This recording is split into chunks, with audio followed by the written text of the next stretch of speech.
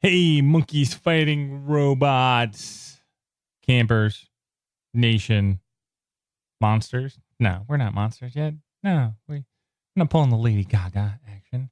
This is episode 167 of the Monkeys Fighting Robots podcast. I'm Matt Sardo, the founder of Monkeys Fighting Robots. And man, it's Free Comic Book Day. It's coming up.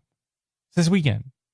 That's like super exciting. Free Comic Book Day is like the most optimistic time of the year for me because it's just, you see so many new people that have never read comic books before and you're like, oh my God, comic books are the best thing ever. You should totally hop on to this, and you totally geek out and you're like, yay, comic books. And so Free Comic Book Day is my like, yay, comic book day. And it's very exciting. And Jamie Jones, the artist of Tales of Monkeys Fighting Robots, will be at Uncanny Heroes in Tampa on Saturday, and we have a special Tales of Monkeys Fighting Robots print that he will have to, for you to peruse, for you to, put in your hands and possibly take home with you, little things like that.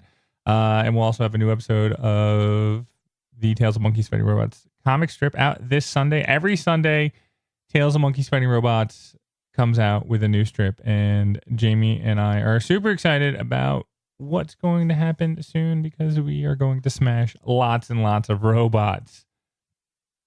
But this week, I read lots of books, and I totally wanted to talk to you about Avengers Endgame, like kind of a spoiler review. So I got a little bit of things about that. I mean, there's so much stuff about Avengers coming out, Endgame coming out, that like I think it's been done and played out already, and we're only like a week into it. But like for me, the biggest thing is continuity is destroyed. Captain America destroyed continuity. Time travel destroyed continuity. So anything's possible. They could go back and get Captain America. They could do Captain America in the 50s, 60s, 70s. I'd love like a Vietnam Captain America with Wolverine, before he gets his powers or something like that, where it's, something crazy, insane like that. I loved Avengers Endgame. I thought I loved how insane they were and how far they pushed the boundaries. You did Professor Hulk and they explained it in like one line. Like, yeah, I did this and Professor Hulk and we're done and we're out of it. And you get the Hulk all the time. And it's the best thing ever. And they took a lot of risks and a lot of chances. And it was the most fun that I've ever had in a Marvel Cinematic Universe film ever. The last of the film, that constant battle was just bonkers. So many goosebumps, so many things. Thanos just sitting there, and then the Captain America, Thor, and Iron Man, just like, what's he doing? He's just sitting there, and they walk up, and then the battle, and then Captain America getting a Mjolnir, and just being like, hey, guess what? I'm badass now. And that was probably single-handedly the best moment ever in a comic book movie, when Captain America's running around with Thor's hammer, just beating the shit out of Thanos. Just glorious. The film is glorious. The Marvel Cinematic Universe is glorious. Everything that's led up to this, just so worth it. So amazing. This movie had me as excited as like when I saw the first Iron Man, as stoked as I was when I saw the first Guardians of the Galaxy. Like this one, I was like, holy shit. It was the biggest roller coaster ride that I've ever gone on. And, man. And I was balling at the end. I'm going to eat some cheeseburgers. That's what I'm going to do. I'm going to eat some cheeseburgers. But yeah, that's my nail in the coffin too. Avengers Endgame. I'm looking forward to see what they do with Spider-Man. Because guess what? Those guys have been gone for 5 years. So did they all disappear and now they're all back in high school? That's going to be awkward. Or just conveniently written that everybody that is involved in Peter Parker's life got snapped by Thanos, and they were all gone for 5 years. So now when they come back, they're all the same age. Marissa Tomei, Aunt May, she got disappeared as well. So I don't know. It's that, again, continuity within these films is destroyed with Avengers Endgame. But I love it. All options are on the table. Everything is anything can happen. It's an amazing time to be a comic book fan with the next phase of the movies coming out. With that said, we are now on Anchor, and this is where you will hear a commercial from our sponsors from Anchor. And we're back. Let's talk some comic books, people. I read lots of comic books this week. DCEASED came out. War of Realms came out. Fallen World came out from Valiant. Dark Horse sent me an advanced copy of Stranger Things 6, which I really enjoyed. And then Spawn 296. It's making me choke up. I gotta get some water. I actually recorded a podcast 2 days ago where I talked about all of these comic books individually. And guess what? It was a shitty podcast. It was monotonous. It was just boring. And it was just like, I was just like, I apologize to my computer for putting that audio into the computer because it was bad. It was bad. So I was like, I gotta redo this. I gotta redo this podcast, and I gotta amp it up for you guys. The biggest thing is I'm very disappointed with War Realms. War Realms just feels very plastic, very inorganic, and very contrived, and made for you to read spinoffs. And that's how I feel about a lot of Marvel's big events. And this one kind of still holds through. It's just the tone of it. You know, Spider-Man just saying a witty line every time he shows up just bothers me. That's how he's used sometimes. I do like Thor going berserk at the end of 3. I thought that's really cool. I'm not a huge fan of the artwork. The artwork just looks like stickers on a page. It's one of those things that just doesn't work for me. And I know that a lot of people enjoy it. I think Brandon, who reviewed it for Monkey Spider Robots, he loved it. He loves what's going on with it. I do love Daredevil as the bridge keeper for the Rainbow Bridge. I think that's really cool. I do like how certain things are incorporated in, but some things I'm just not a huge fan of. Overall, I'm just not like, It's like the Dark Elf is taking over the world. Maybe, I guess. I don't know. But that was the only one that was kind of a little down on. DCEASED from DC Comics. Holy shit. That book is amazing. The artwork is a little clunky because it's between two artists, so it starts off okay, clunky in the middle. Then the end, when like the terror sets in, you're like, holy shit, this art is amazing. And I was just like blown away by everything that was going on at the end of that book and how far they went with that book. And I think it's a Elseworld tale is what Anthony Capacitor, the editor-in-chief, was calling it. So it's not in continuity. So that means like all bets are off and anybody can become a zombie or die or whatever you want. And so that's going to be a fun, like Walking Dead-ish comic book to read. And I'm super excited about where that goes. So definitely pick that up. I also reviewed Fallen World from from Valiant Comics. That's by Dan Abnett, Abnett Landing fame of the Guardians of the Galaxy universe. Oh my God, I enjoyed that book so much. I really did. I can't believe how much I enjoyed that book because I'm not a huge Valiant fan. I know of the Valiant universe. So there's Rye, there's Bloodshot, the Eternal Warrior. But what Abnett does is he kind of just uses one or two sentences to introduce who these characters are. So you jump right into the middle of the chaos, but like you never feel lost, and you're like, okay, this is an easy universe to kind of like follow, and it's not that hard, and it's super sci-fi-y because it's set in the future. It's got a lot of real world thematic elements to it, which is fun. I'm trying, because he talks about immigration, wealth inequality. I'm trying to think of what else is going on in that book where it was a thematic element. Because I also interviewed Dan Abnett earlier in the week as well. So that interview is on Monkey Spider Robots as well. But the artwork is super, super sweet. Like it's really good. The artwork is really, really just bonkers good on that one because it's weird. Going from like Marvel book to DC book to a Dark Horse book to an Image book to a Valiant book.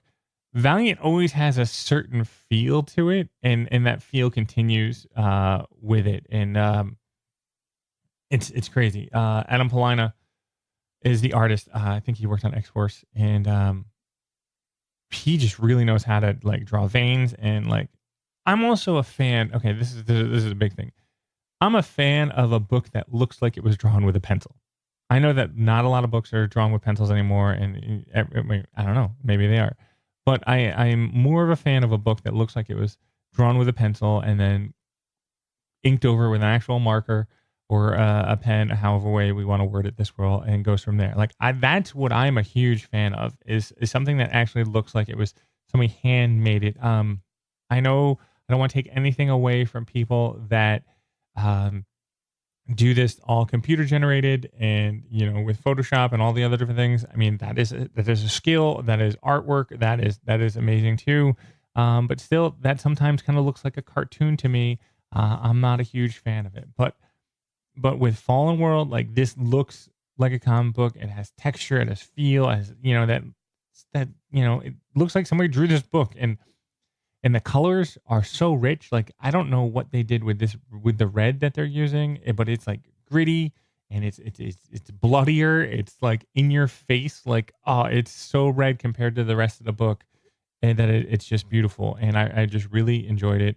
And then it ends on like a really cool cliffhanger, and just the cinematic element of how the lens that Polina uses for camera angles it just works really well. The back and forthness of it, and then how it ends on a cliffhanger. You're like, or not a cliffhanger, it's just an up note where you're like, oh shit, I need to read the next issue. I don't think it's a cliffhanger. It's just more of a like a just like, holy shit, we got to get this shit going kind of thing, and you're ready to go. And so I really enjoyed that immensely. In my review, sitting there on Monkeys Fighting Robots. If you want to read it out, I'd recommend just getting to the store and buying the book and then reading it, and then coming back to Monkeys Fighting Robots and seeing if you agree with what I talked about. Then Dark Horse sent me a book, and they sent me Stranger Things 6, which is a prequel to the Stranger Things. 11 is in the book. 11 is in the book. 11 is in the Stranger Things series. So this is 6. So this is 5 previous to it. And it's set in the 70s. And if you hear me clicking, it's because I'm trying to get to my review, so I can tell you all the cool people that did it. But no, it's set in the 70s. And the emotional spectrum that this book goes through in just a few pages, 22 pages, you see this girl, Francine, like, her innocence just destroyed by her parents, and and then the scientists take her, and then things just kind of go downhill. But like, you have this lovely innocent girl who has these powers, and then people just abuse her, and it's just like, it's emotionally gut wrenching. And again, this is another book. Edgar Salazar did the art, and Keith Champagne did the inks. This is another book that actually looks like somebody drew it, and it feels so good. And Edgar's work is, you see so many different emotions on Francine's face that are just glorious. That you see her from happy to sad to, shock and awe and, and scared and just innocent. Like, it was just so really just amazingly good, what he put forth. Because, Jody Hauser, she wrote the book, but there really isn't a lot of dialogue or a lot of things going on written wise in the book. It builds up quickly, and they kind of just like catch you up with her Francine's life, number 6, and take her to the point where she is in the labs, where 11 came from. And it's just, I can't believe how quickly they progress the story. And the amazing part is by the, you start off as an outsider looking at Francine's life.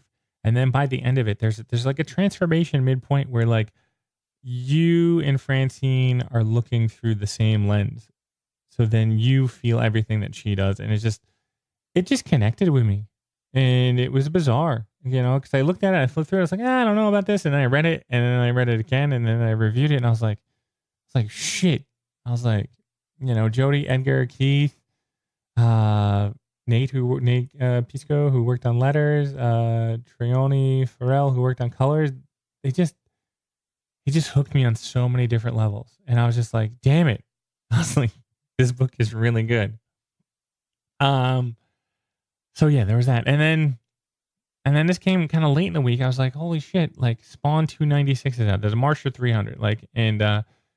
And we've talked with Todd McFarlane the past 2 Comic Cons in New York, and I think we're going to work on having it again for this year because 300 will be out by then, or it might be out for New York Comic Con, like something big. But it's like, I got to read this book.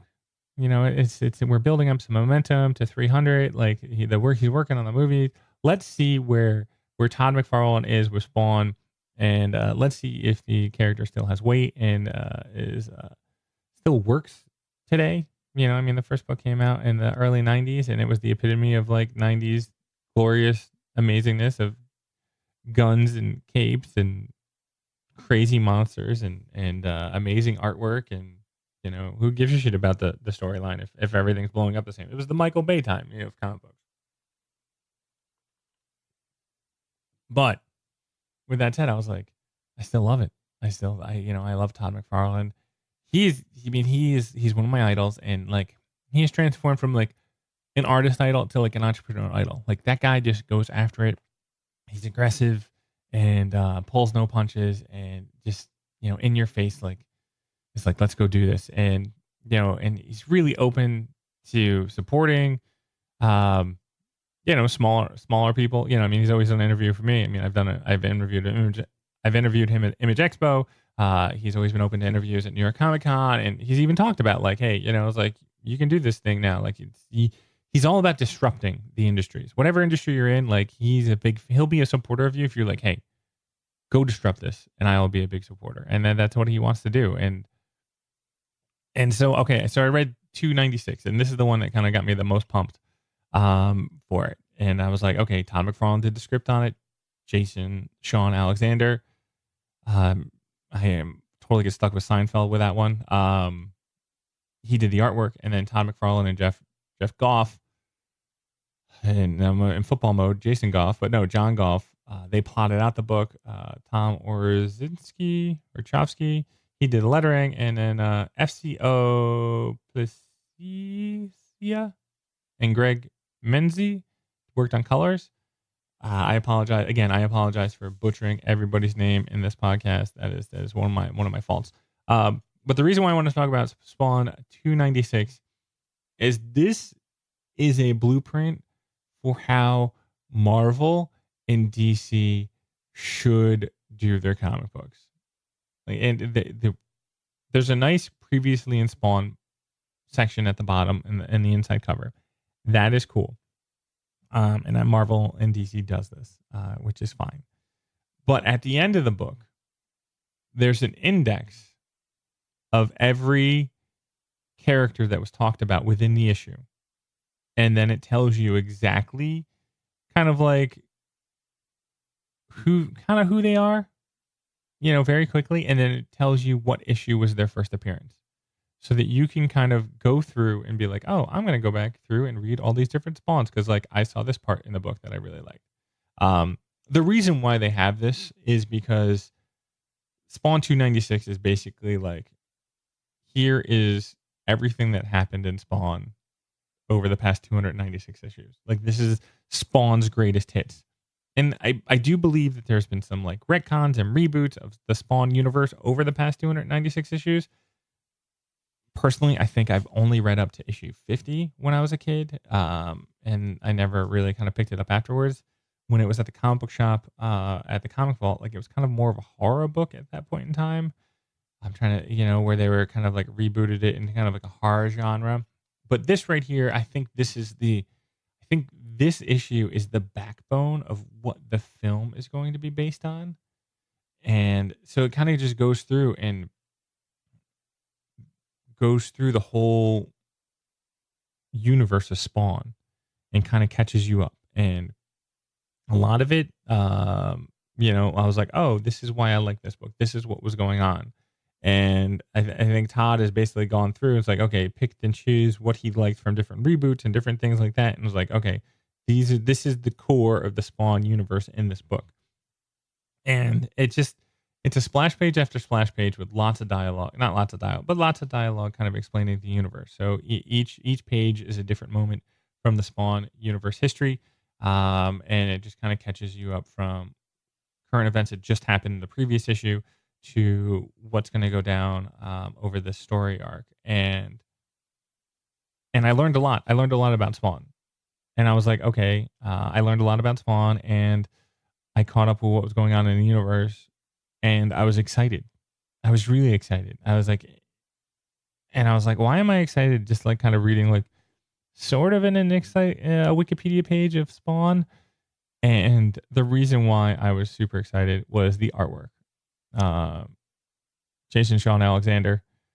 Oh man, I'm really confused because it's like there's Sean Alexander, the football player. There's Jason Alexander, the Seinfeld guy. So then you have Jason Sean Alexander. My brain is just like, I can't handle it. I can't. There's too many pop culture references in it. But his artwork on this issue is like Todd McFarlane and Bill Sienkiewicz just got mashed together in a time stream and were like spit out in a page. Because it's gritty. It's got that paint element to it. It's got dirty inks. I mean, there's a little Frank Miller-esque thing going on there as well. It's super dark, and the blacks are so rich, like in this. And it's funny to say, but it just takes over. So any color that kind of breaks out of the blacks, it's just so in your face. And I pointed this out in my review. There's a Spawn splash page, and it's Spawn in a pose that you've seen him a million times before, but it is glorious. You know, the glow from the glowing eyes to the cape that is alive and crazy, and the cape looks like it's ready to, you know, strangle anybody at any second, you know, including Al Simmons. You know, like it's one of those beasts. You know, you have Doctor Strange's cloak, who's super nice and happy in the MCU films, but then like the cape in Spawn is deadly. It's an assassin. And this splash page, because it's so black, and then you just have the colors come out, like it looks finished, yet it has a raw intensity to it. Like I said that he was just, you know, Jason Sean Alexander is, I want to say punk rock, but like heavy metal. Like it's just like, it's what Greg Capullo says that he's trying to do, but Capullo's work is just too pretty to be heavy metal or punk rock. You know, if that makes any sense. Like it's just too, like there's a raw edge to this stuff going on here, and it's a glorious book. And the thing that's pretty amazing about it is like each page is an iconic moment from Spawn's history, or iconic moment about Spawn in the universe. So each page is just a full-blown, crazy, hot mess of intensity of Spawn chaos. And I just ate it up. And I was like, I want seconds. I want thirds. I just want to see more of this. Like, I don't know if you guys remember the artist Jay Lee. His early stuff, like that sloppy, or that, I don't want to say sloppy ink stuff, but like purposely sloppy ink. And that's another thing that's going on with this book. Like the artwork is just glorious. And then you have the index at the end, like I said, which I said before. Like you're like, here you go. Here's an index of everything that's going on in the Spawn. So if you want to go back and you want to catch up and you want to learn about all the Spawn universe, here's an easy how-to guide of how to do this. And I can just sit here and flow through this book and just look at each page, because each page is just a masterpiece of art. And then the dialogue kind of just catches you up. And Todd does a really good job with this dialogue, because it's really kind of just a speech going through from one of those angel demon guys. Like they're the guy, there's the knights from heaven that like are coming down to like kill the Hellspawn, but like they're not really good. They're blue and yellow. Again, I'm not a huge, I don't know all the Spawn universe stuff, but like what I did enjoy was the story. I was like, this is awesome. And I definitely enjoyed it. So that's my pick of the week, is Spawn 296, because I think for the next 4 issues, it's going to be a lot of fun to see where they go. And they're talking about issue 301 as well.